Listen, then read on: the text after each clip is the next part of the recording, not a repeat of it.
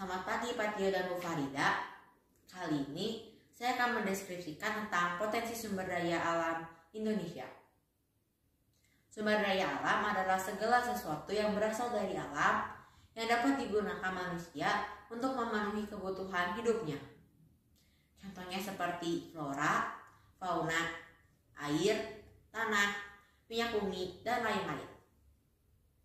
Indonesia memiliki potensi sumber daya alam yang sangat besar, seperti sumber daya hutan, sumber daya tambang, sumber daya laut, atau kemaritiman. Hal itu dipengaruhi oleh letak astronomis Indonesia yang berada pada daerah tropis yang memiliki curah hujan yang tinggi, sehingga tumbuhan dapat berkembang dan bertumbuh dengan cepat.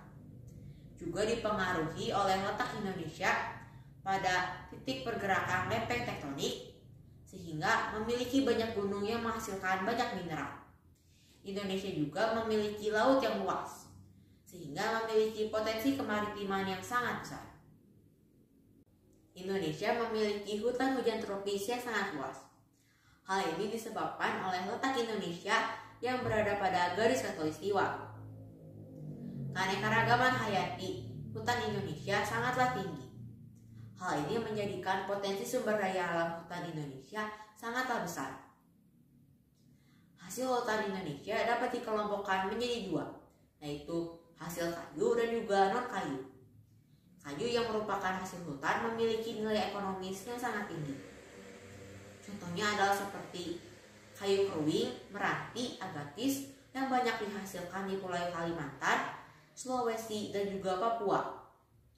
Rotan yang banyak dihasilkan di Sumatera Barat, Sumatera Utara, dan juga Kalimantan. Kayu jati yang banyak dihasilkan di Jawa Tengah. Kayu cendana yang banyak dihasilkan di Nusa Tenggara Timur.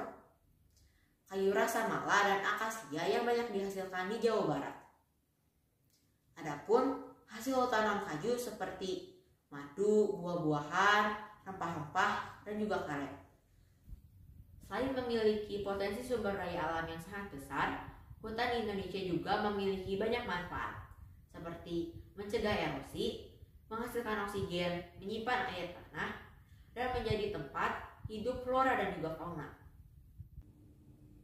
Indonesia memiliki sumber daya tambang yang sangat beragam, seperti minyak bumi dan gas, batu bara, emas, bauksit, dan juga pasir besi, juga lain-lain. Barang tambang memiliki banyak manfaat, seperti menjadi sumber penghasilan bagi daerah dan juga negara, dan juga membuka lapangan pekerjaan bagi masyarakat.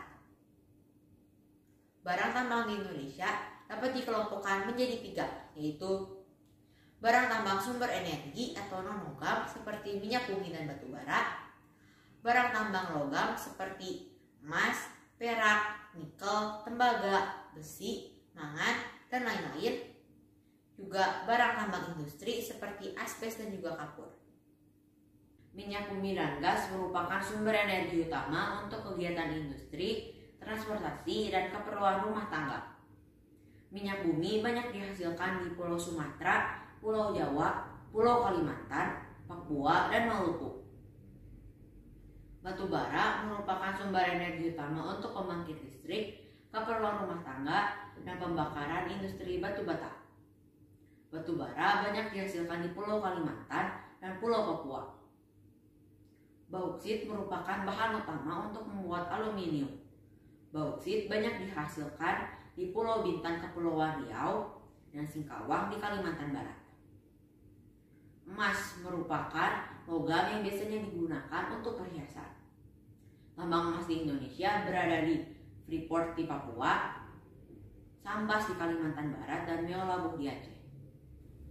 Wilayah lautan Indonesia meliputi 2/3 dari seluruh wilayah Indonesia, sehingga potensi kemaritiman Indonesia sangatlah besar.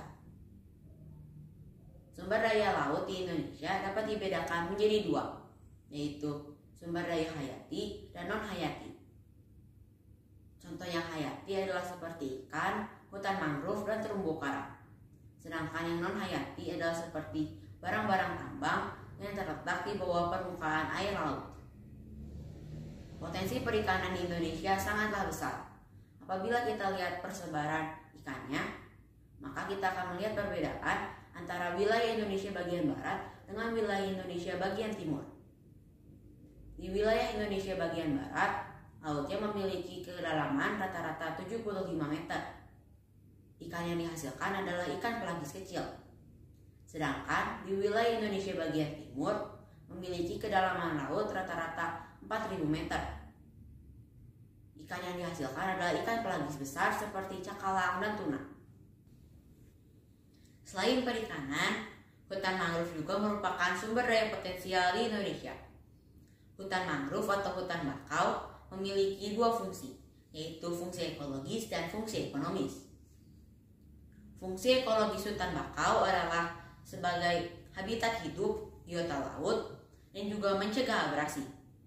Fungsi ekonomis hutan mangrove adalah kayu dari tanaman bakau dapat dimanfaatkan sebagai bahan untuk membuat kertas, bahan pembuat arang, dan juga kayu bakar.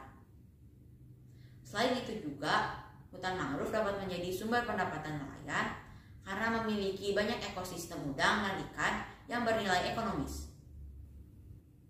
Sumber daya laut potensial berikutnya adalah terumbu karang. Terumbu karang adalah batuan sedimen kapur yang berada di bawah laut yang dihasilkan oleh koral. Koral adalah binatang-binatang kecil yang menghasilkan kapur untuk kerangka tubuhnya. Ribuan koral membentuk koloni yang akan menghasilkan karang. Indonesia memiliki sumber daya terumbu karang yang sangat luas karena suhu lautan Indonesia sangat cocok untuk pertumbuhan terumbu karang. Terumbu karang memiliki dua fungsi, yaitu fungsi secara ekologis dan secara ekonomis. Fungsi terumbu karang secara ekologis adalah untuk melindungi ekosistem di sekitar terumbu karang, melindungi pantai atau pesisir dari terjangan ombak, dan mengurangi pemanasan global. Karena karbon dioksida yang diserap oleh laut diolah dengan cara kimia oleh terumbu karang sehingga dapat menjadi bahan baku untuk terumbu.